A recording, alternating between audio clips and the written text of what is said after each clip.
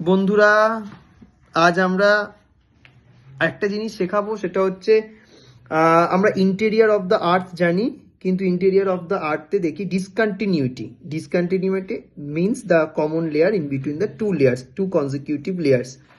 কিন্তু আমাদের যারা বাংলা মিডিয়ামের স্টুডেন্ট তাদের একটু অসুবিধা হয় এটা মনে রাখতে যে কোন ডিসকন্টিনিউটির পর কোন ডিসকন্টিনিউটি রয়েছে। তাই আজকে আমাদের এই ভিডিওর মাধ্যমে আমরা ওটা খুব সোজা করে বুঝিয়ে দেব। দেখো, এই যে সায়াল আর সীমা এর মধ্যে রয়েছে কনরাড ডিসকন্টিনিউটি।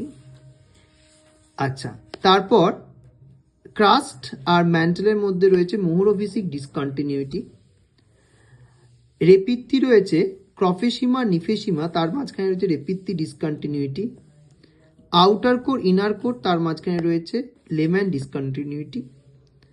আর ম্যান্টেল অ্যান্ড কোরের মধ্যে রয়েছে গুটেনবার্গ ডিসকন্টিনিউটি। তাহলে আমরা এটা সহজে মনে রাখতে পারি, কো মো রে গু লি। কো মানে কনরাড ডিসকন্টিনিউটি, এটা প্রথম। তারপর এমো কোমোরে, মো মানে মোহরোভিসিক ডিসকন্টিনিউটি। রে মানে রেপিত্তি, আর ই স্ট্যান্ডস ফর রে। দেন গুটেনবার্গে GU, and the last one is called Lehmann discontinuity. That's why co-mo-re-gu-li.